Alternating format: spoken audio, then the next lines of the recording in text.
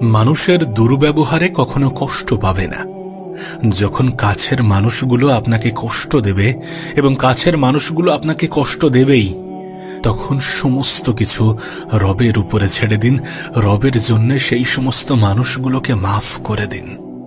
আসলে কি বলুন তো, আমরা এই পৃথিবীতে তাদের উপরেই বেশি আশা করি, তাদের উপর থেকেই বেশি আশা রাখি যারা আমাদেরকে সব থেকে বেশি নিরাশ করে থাকে, যারা সব থেকে বেশি নিরাশার কারণ হয়ে থাকে। সমস্ত আশা ভরসা রবের উপরে করা উচিত। সমস্ত ইচ্ছা আকাঙ্ক্ষা রবকে খুলে বলা উচিত। পৃথিবীকে নিয়ে তুমি যখন ডুবে থাকবে, যখন রবকে ভুলে থাকবে, তখন কষ্ট পাওয়ার সম্ভাবনাটা বেড়ে যাবে। মানুষের কাছ থেকে বেশি আশা রেখো না, এ পৃথিবীর কাছ থেকে বেশি আশা রেখো না, কারণ এই পৃথিবী আমাদের চিরস্থায়ী ঠিকানা নয়। কেউ আমাদেরকে কষ্ট দিল, আমাদের সাথে দুর্ব্যবহার করলো, বাজে কথা বলল, আমরাও যদি তার সাথে ঠিক সেই রূপ আচরণ করি, তাহলে তাদের এবং আমাদের মধ্যে পার্থক্য কোথায়? পার্থক্য তো তখনই তৈরি হবে যখন তাদের চিন্তাভাবনার থেকে আমাদের চিন্তাভাবনা একটু আলাদা হবে। পার্থক্য তো তখন হবে যখন সমস্ত বিচার নিজে না করে কিছুটা রবের উপরে ছেড়ে দেব। কিছু দুঃখ কষ্ট মন খারাপের কাহিনী রবকেই খুলে বলবো। থাক না কিছু গোপন বিষয় রবের সাথে, থাক না কিছু গোপন বিষয় মানুষের থেকে একটু আড়াল হয়ে। সবকিছু কি সবাইকে বলার কোনো প্রয়োজনীয়তা আছে? কোনো কি প্রয়োজন আছে নিজের দুর্বলতাগুলো মানুষকে খুলে বলার, নিজের নেগেটিভ দিকগুলো মানুষের সামনে তুলে ধরার? কোনো প্রয়োজন নেই। এমনটা মনে করো না যে তুমি জীবনে একা। হতে পারে তুমি জীবনে একা, কিন্তু মনে রেখো এই একাকিত্ব তোমাকে তোমার রবের সন্নিকটে নিয়ে আসবে। তোমাকে জীবনের বাস্তবতাটা শিখিয়ে দেবে। পৃথিবীতে দিন শেষে সব থেকে বেশি কি আপন সেটা বুঝিয়ে দেবে। মানুষের কাছ থেকে বেশি আশা রাখলে কতটা ক্ষতি হয় সেটা অনুভব করাবে। দিন শেষে একাকিত্ব আমাদেরকে এমন কিছু শিখিয়ে দেবে যেটা রবের সান্নিধ্যে আসতে সাহায্য করবে। তাই একাকিত্বকে ভয় পেও না, একাকিত্বকে ভয় পেও না, মানুষের দুর্ব্যবহারে কষ্ট পেও না, মানুষের কাছ থেকে অতিরিক্ত বেশি আশা রেখো না। জীবন একটা কিতাব, যে কিতাবের লেখক তুমি নিজে। কোন মানুষগুলোর সান্নিধ্যে থাকবে, কোন মানুষগুলোর সাথে তুমি তোমার জীবনের মূল্যবান সময় কাটাবে, সেটা তোমার উপরে নির্ভর করছে। কিন্তু একটা কথা মনে রেখো, দুঃসময়ে যারা পাশে থাকে, খারাপ সময়ে যারা পাশে থাকে, ভালো সময়ে তাদের সাথে সময় কাটানোটা প্রয়োজনীয় হয়ে ওঠে। তুমি দেখো তোমার খারাপ সময়ে কতজন তোমার সঙ্গ দিচ্ছে। তুমি দেখো তোমার কঠিন বিপদে কতজন তোমাকে আশ্বস্ত করছে, কতজন তোমাকে সাহস যোগাচ্ছে, কতজন তোমাকে ভালোবেসে যাচ্ছে, কতজন তোমার সাথে সুসম্পর্ক বজায় রাখছে, কতজন তোমার সাথে দূরত্ব বাড়াচ্ছে না। যখন এই সব কিছুকে নোটিশ করবে, যখন এই সব কিছুকে দেখবে, তখন তুমি অনুভব করবে যে পৃথিবীতে রবের থেকে অধিক আপন, রবের থেকে অধিক প্রিয় কেউ হয় না। কারণ আমাদের খারাপ সময়গুলোতে আমাদের রব কখনোই আমাদেরকে ছেড়ে যায় না, বরং তিনি তো আমাদেরকে সুসংবাদ দেন, আমাদেরকে বলেন, আমাদেরকে বোঝান, আমাদের জন্য পবিত্র কোরআনের মধ্যে বার্তা হিসাবে পাঠান যে নিশ্চয়ই কষ্টের সাথে আছে স্বস্তি, নিশ্চয়ই কষ্টের সাথে আছে স্বস্তি। তুমি হতাশ কেন হবে, মন খারাপ কেন করবে? এই একটা লাইনই যথেষ্ট আমাদের হতাশা দূর করার জন্যে। এই একটা লাইনই যথেষ্ট আমাদের মন খারাপকে কাটিয়ে ওঠার জন্যে। নিশ্চয়ই কষ্টের সাথে আছে স্বস্তি। যদি কষ্ট আসে তাহলে সেই কষ্টের সমাপ্তি আমাদের জন্য স্বস্তি নিয়ে আসে। আরে যদি খারাপ সময়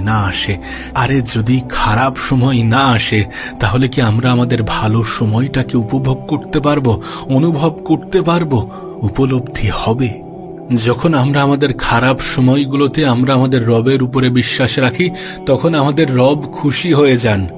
যখন আমরা আমাদের জীবনে আল্লাহর জন্য কাউকে মাফ করে দিয়ে থাকি, তখন আমাদের রব খুশি হয়ে যান।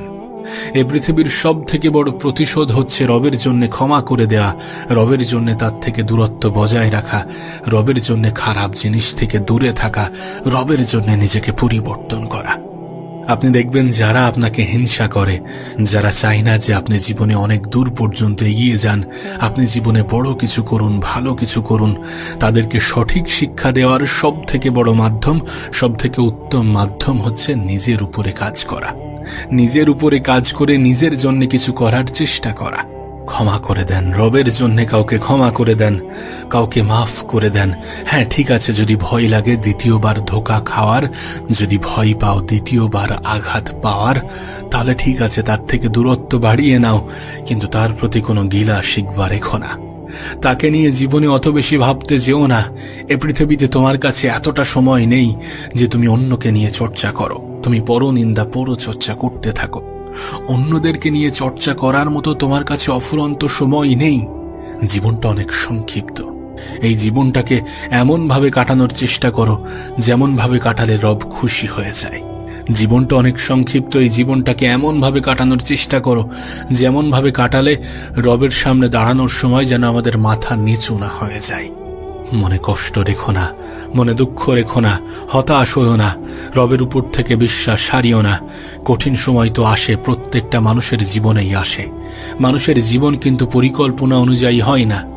যখন আমাদের জীবনে কোনো কিছু আমাদের পরিকল্পনা অনুযায়ী হয়, তখন বুঝে নিতে হবে যে আমাদের পরিকল্পনা এবং রবের পরিকল্পনা একই ছিল। কিন্তু যখন আমাদের জীবনে কোনো কিছু আমাদের ইচ্ছা আমাদের পরিকল্পনা অনুযায়ী না হয়, তখন বুঝে নিতে হবে যে আমাদের পরিকল্পনা এবং রবের পরিকল্পনা এক ছিল না। এটা বুঝে নিতে হবে এবং এটাকে অ্যাকসেপ্ট করতে হবে যে আমাদের জন্য আমাদের রব ভুল হতে পারে না। তিনি আমাদেরকে ভালোবাসেন, অনেক বেশি ভালোবাসেন। তিনি কখনোই আমাদের খারাপ চাইতে পারেন না। এটা বাস্তব, এটা সত্য। তুমি যেটা চাও সেটা যে সবসময় তোমার জন্য উপযুক্ত, বিষয়টা এমন নয়।